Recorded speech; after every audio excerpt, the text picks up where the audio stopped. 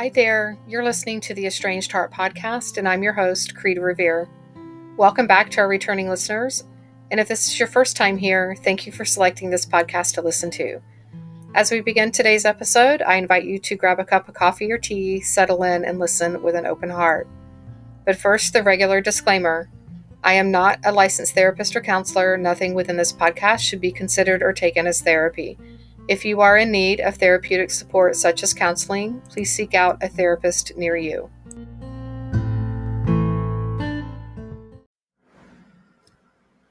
Hi there, welcome back to another episode of The Estranged Heart.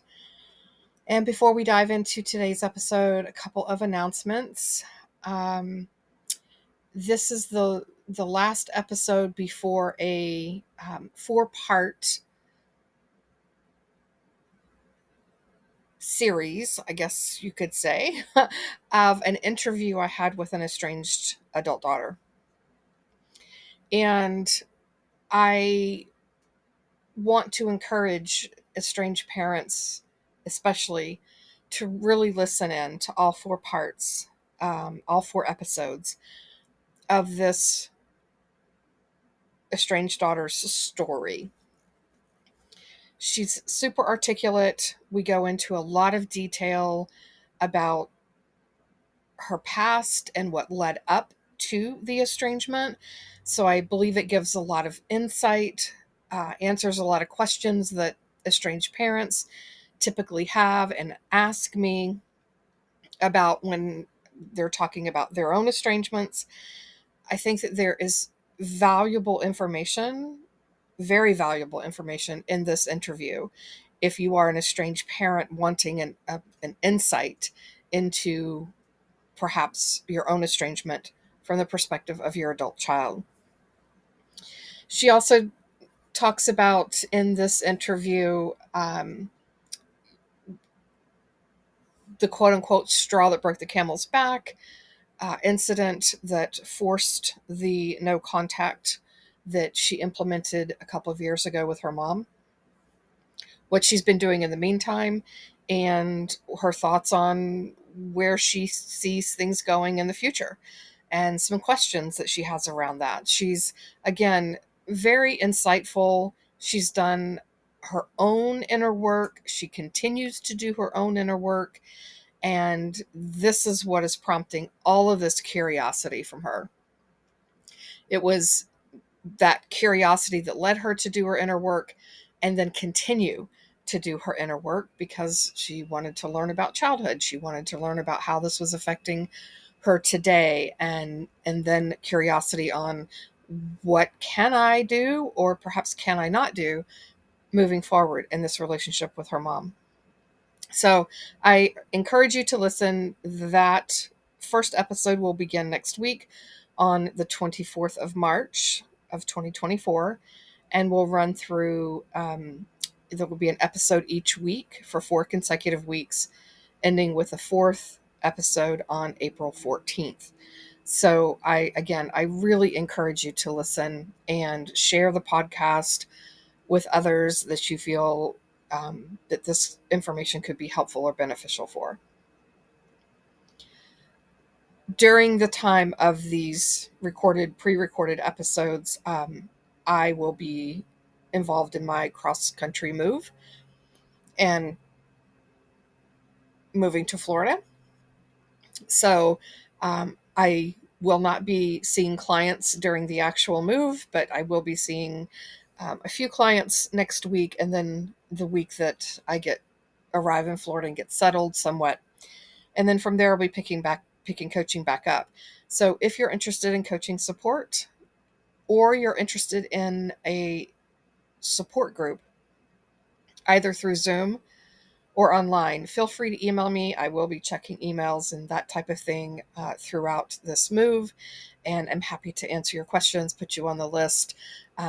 There are significant changes coming for the Estranged Heart starting in April, and so be looking forward to an episode on that, and new programs, and just moving forward and doing a lot of different things than we have done in the last almost 3 years.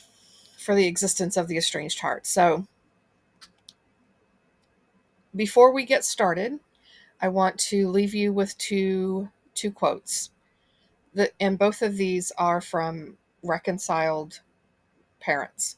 So the first one is, what I have learned is that it takes a lot of strength and skill to practice the art of objectivity, which from my perspective is the most powerful tool a parent can deploy in these circumstances. And the second is a reconciled mom. Her name is Sam, and she is a member of my online support group and gave me permission to share this quote from her. And it is a quote that I think that our speaks to our group, our online group that we have. And her quote is, "Every day is a school day. We have to be open to learning." And on that note, we will begin with this week's episode. Today's episode is titled, "We'll Never Heal If They Don't Do the Repair Work With Me." What happens when we push others to resolve issues in ways and time before they are ready? So, this topic came up within my online support group, and um, it's actually played out in my personal life as well, in a variety of different relationships. And so I felt it was really important to try to suss out the nuance involved with this. It on the surface, it appears really super easy and simple. And prior to all of my healing work, prior to my work with therapists, specifically couples therapists, I felt much the same way. Like, we can't, nobody's, this entire situation is not going to be resolved unless we are doing the work together in the same room at the same time, those types of things. And today I have a vastly different opinion of that. Many couples therapists will advise their clients, the couple, to go to individual therapy before they come in for couples therapy. And the reason for this is because there is so much that is happening within each individual that they are triggered and activated and reactive versus responsive in the room as a couple. And so if we look at this from the perspective of a parent and an adult child estrangement and reconciling, we have two individual people who, I haven't met one yet on either side of the coin, who has not been working through. And when I say working through, maybe not working through, maybe working from a place of activation, i.e., triggers. And when we are in that space of being activated, we cannot hear the other person. We cannot see anything beyond our pain, what we are going through, what we are feeling, and what they have done to us. And I don't know of anyone who has successfully resolved relationship challenges or issues from that space of pointing the finger, judgment, blame, all of those things. I don't, it just doesn't happen. So what do we do? And what does this look like, right? We, again, talking about couples, if someone is coming in and they're talking about, we talk about the socks on the floor. It's not really about the socks on the floor. It's about not being heard, not being seen, not being validated with my feelings. So if I have all of this stuff happening behind the scenes that I don't feel heard, I don't feel seen, I never feel validated, I don't care how simple the thought is for the other person of, oh my God, I just came home and I'm exhausted after working a 12-hour shift. I took my socks off and tossed them towards the hamper and it missed. Like, it's no big deal, right? To the other person who says, I've been asking you to pick up your socks when you toss them at the hamper for the last year and a half, and you still continue to do it, which leads me to think that I'm not being seen, I'm not being heard, let alone validated. And so the socks issue becomes this huge monster in the room, right? If we look at parents and adult children, there is this significant history behind this relationship. Decades, right? And we also have this power differential. I'm always talking about the power differential. So if we have let's just say for an example, an adult child who says, I've got to take space. I can't be around you right now because you're triggering me left, right, and center. If a parent continues to push and prod an adult child to, well, we have to do this healing work together in family therapy. How are we ever going to heal if you won't go to family therapy with me? All we're doing is pushing the other person away. And we're demanding that the other person do things on our terms, right? So, and vice versa. If we have a parent, right, and an adult child who says, you need to go to therapy and you need to go, do this or that or the other thing. Or conversely, sometimes there's the child that's saying, we have to go to family therapy. And the parent goes one time and then withdraws because they feel like they're being attacked. And then again, nothing is going to happen, right? People need their own time and space to heal. Healing happens in layers.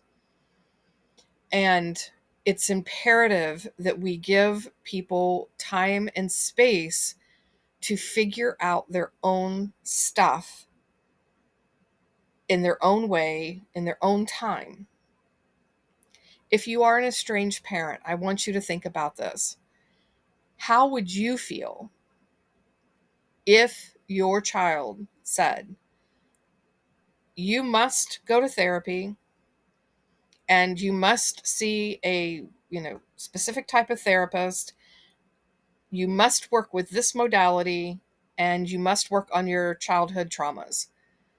And you're thinking, I had a great childhood. No, I'm not doing this. What is your inclination? Your inclination is to move away from them, right? Because they're pushing you to do something you don't want to do. Or for some people, the inclination is to push back. So that is when we get into the judgment and the pointing of the fingers. I don't need therapy. You need therapy, right? So we get into that tug of war. Where if we could just stop for a moment and inquire about what might be happening for that other person, right? If you've done any amount of healing work, and when I say healing work, I'm generally referring to trauma work, and that is very different than going into therapy and working on how do I deal with this grief that, is coming up for me around my estrangement, right? I mean, it is, but it isn't. My opinion, it's all tied into trauma, but that's for another episode. So if you've done any amount of trauma work, you begin to understand your own triggers, why you're being triggered, what happens for you when you are activated, what are your responses to that, how do you react, and then how can you do things differently. Before the bulk of my trauma healing, I was super reactive. And I was the one who would generally push back, right? And demand that things be my way versus the other person's way. Since my trauma healing, that is continues to be ongoing, because again, healing happens in layers. We get to one space of healing and then we find out, oh, there's more. And so we continue to go, and then we go, oh, okay, now I feel like I've reached the next layer. And then there's another layer. We are complex creatures. And as such, our traumas and our healing are complex. Nothing is black and white. So, since my healing, generally, I can respond versus react to someone else's quote unquote demands unless they hit one of my deeper triggers, right? And that what does that mean? They've hit a sore spot that has not yet been fully healed. And so today, what I find myself doing, and it's really been interesting because I have found myself over the last probably about 3 years, 2 to 3 years, of recognizing this for myself, that now instead of being the person that pushes back, I'm the person that retreats. So if I feel like you're pushing me, you're prodding me, you're demanding things of me, any of those things, I will generally retreat. And it's because I've been activated. And because I've been activated, I'm not in a position, in a place where I can respond rather than react. If I were to give a response, right? It would be a reactive response instead of a thoughtful, considerate response. And so I don't want to cause further harm, yet at the same time I also understand that it does cause additional harm, albeit in a different way than what I used to cause harm by being the aggressor and pushing, right? And demanding things be my way. So now I step back.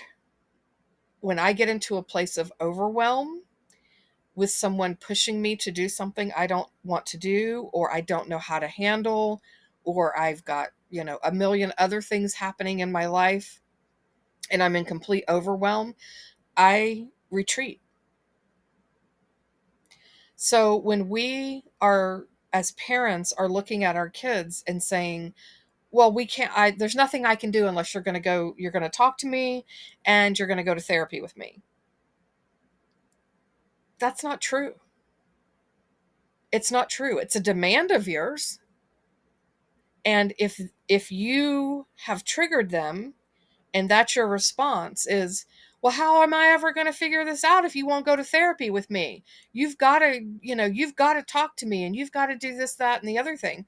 Well, if they're being triggered and activated, oftentimes they can't even cognitively, they're not in a place to hear you.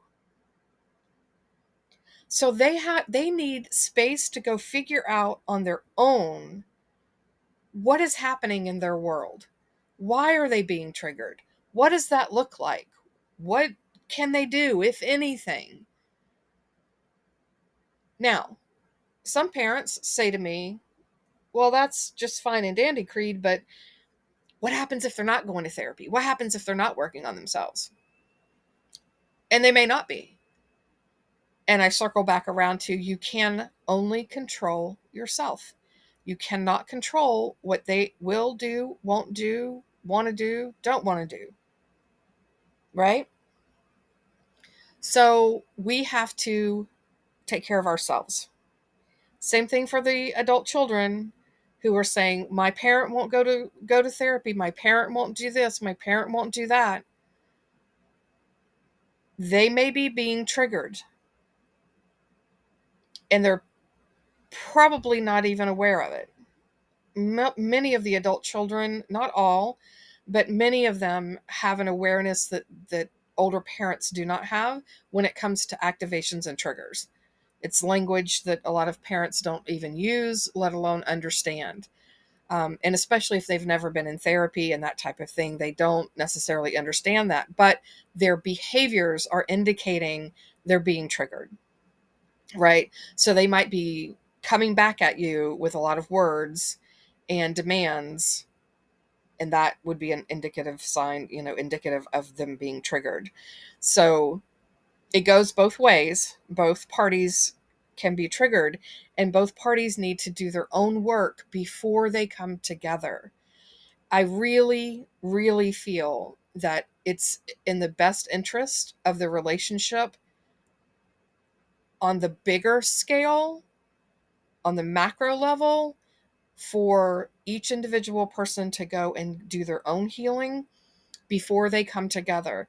And a lot of the work that I do with parents and their adult children, I oftentimes will not bring them together, even though one side is saying, well, we can't do this if we're not all together in the room, kind of thing, right? In the quote unquote Zoom room. And I tell them, I can't bring you together because you're too highly triggered. And that triggering is going to trigger the other person, and then we're right back at square one. Where if we come to the table together after we've done a fair amount of our own healing work, we've had some space where we can get a broader perspective, where we're not in this tunnel vision of, oh my God, they've hurt me and now it's got to change, and the only way it's going to change is if they do something different because they've hurt me, right? When we've done our own healing work, we can come back to the table and have more of an open mind, have more empathy for the other person, more compassion, a little more understanding. Not to say that you're going to be walked over, and not to say that you're going to allow anything and everything. That's not what I'm saying. But you have a your perspective and vision is greater when you've been able to heal some of those wounds, right? So if we think about it, I use this example in my online group. If we're both standing at the top of the stairs and you're in front of me and I turn around to acknowledge some noise that has happened behind me and I lose my footing and push you down the stairs. Now you've been facing forward, haven't been looking at me to know what was happening. And in the process of falling down the stairs, you get this big goose egg on your head and you've got this horrific headache, and you've broken your arm, right? And I come flying down the stairs and I'm like, oh my God, I'm so sorry.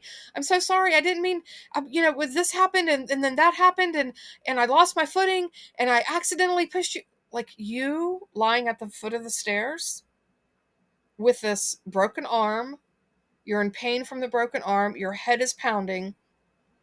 Do you think that you're going to be super inclined to listen to all of my explanations as to why I'm lying at the bottom of the stairs with a broken arm and a head that's pounding? Probably not. What is going to have to be addressed first is, I'm going to have to say, oh my God, let me call 911 and get you medical care. And how can I help you get up off the ground? Can I get you some ice for your arm? Can I do like all the things to help address your pain? That has to happen before you are going to entertain hearing why I quote unquote pushed you down the stairs. Right? And this is what I see with parents. There's this pain, this metaphorical, pushing our kids down the stairs, meaning childhood traumas and things that happened that we did not do with ill intent. But it doesn't change the fact that the kid's laying at the bottom of the stairs with a broken arm and a head that's pounding, right?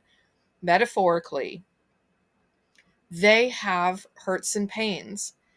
And until those can be managed, if not healed, they are not going to be interested in hearing all of our reasons why we, quote unquote, push them down the stairs. They're not, it's impossible. Think about someone who inflicted some, harm upon you. In the moment when that harm was inflicted, were you open and willing to sit down and listen to all of their, why they did it, and it was an accident and they'll never do it again? Or maybe you have a history, with domestic violence, and this perpetrator comes in, you know, after your hospital stay and says, "I'm sorry, it'll never happen again." Are you super inclined to really entertain what was going on for them in their world? No, our healing has to happen first. We have to figure out, what did my childhood mean to me? How has it impacted what I am doing today? What can I do about it, if anything, before I come to the table with my parent? How can I do this in a way that is not going to cause further harm or damage to this relationship with my parent? And if your adult child is not in that space where they've done their healing work, where they're willing to entertain, doing that healing work and getting to a place where they can have compassion and empathy for you because of the things that you experienced in life, then there's nothing that you can do to force that. Any amount of forcing is generally going to continue to push that person away. It's going to continue to push your child away. And I know that that's not what parents want. They want their child to come closer. Well, in order for them to come closer, they're going to need some space for that healing. And their healing, part of their healing, does not include you as the parent. Now, part of it does, but not all of it. Okay? So I hope that you'll give this some consideration, on why this is. When I get this question a lot, I'm just need to refer everyone back to this episode. What can we do to help facilitate and allow healing to happen, while also letting our child know that we're okay with that? We're okay with them taking that space to go do their healing work, and that we want to be involved with helping them to continue their healing when they are ready. How do we do that? We stop forcing and threatening, and instead we request. We practice the pause. We might want to consider sending a pause letter, right? And being aware of our language. If I've said it once, I've said it 100 times on this podcast. Words have the ability to heal or to break or harm a person. So when we are requesting things, we have to be mindful of the language. It's so, so important here. The words we, string together and give voice to can heal or further damage the relationship. So there's a difference between, as an example, noticing a child's behavior or noticing a friend's behavior or a sibling's behavior and saying, this isn't like you. I don't know what's happening. I'm wondering if there are other things going on for you right now that I'm not aware of, but I know that this isn't how you typically are in relationship with me. So how can I support you? What do you need from me right now? And then if that person says, I need space, then the response, a good response to that is, absolutely, I'm here whenever you're ready to talk, right? Now, the caveat is when that person is ready to talk and they come back to you, maybe you're in a place at that point in time that you're not ready to talk, right? And then kind of the question needs to go back to the same thing with them. But there's a difference in that this isn't like you. I'm kind of wondering if there's something else going on in your life that I'm not aware of, and how can I support you, versus you're being ridiculous and treating me like crap, and I'm just not going to stand for it. Right? Those are two vastly different ways of expressing taking space. Right? So be mindful of the language, the words that you use, practice the pause, reflect before you respond, right? Versus reacting, and consider sending a pause letter, right? And that's basically acknowledging that you're recognizing the person needs to take a pause on the relationship, and the relationship is meaningful for you, and you will respect and honor that. And when they are ready to come back to the table, you're open to entertaining them, right? So I hope that this has been helpful in some small way. You know, the work of the estranged heart is to bring people back together, to heal relationships if at all possible. I recognize that not every relationship is repairable. I recognize that. I also recognize that there are many more relationships that could be repaired if folks had the proper support and understood the dynamics of relationships, understood the dynamics of trauma, and understood their own dynamics of who they are as a human being.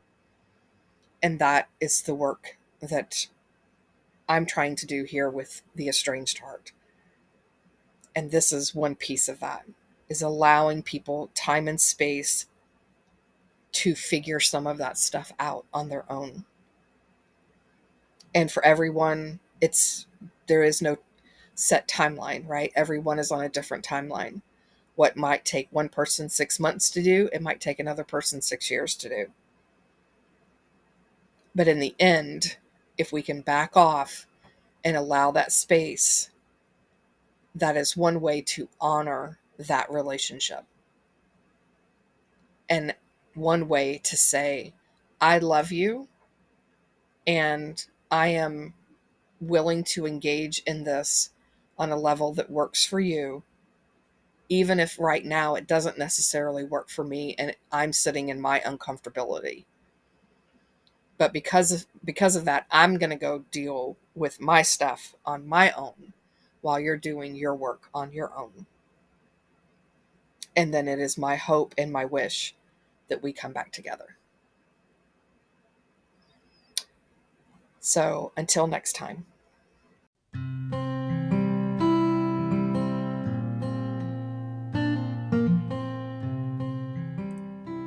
This brings this episode to a close. I hope that this time together was time you feel well spent, and that you are able to find some takeaway nuggets to help you on your journey, wherever you may be on your estrangement and reconciliation path. If you feel you've received something helpful or positive from this podcast, please consider following us, sharing this podcast with others, leaving a positive review, perhaps entertaining becoming a guest on our show, or following us on social media, on Instagram, Facebook, and TikTok under the same name, The Estranged Heart. As a reminder, there is an online support group on Facebook. If you are a estranged mom who identifies as being spiritual and approaches estrangement with a sense of curiosity rather than blame and judgment, and desire to do inner self-work and reflection, please seek us out. We can be found at facebook.com/Estranged Mothers Support Group. And lastly, if you are an estranged parent or an estranged adult child and would like to have your story shared on the podcast, anonymously or not, please reach out to me via email at theestrangedheart@gmail.com.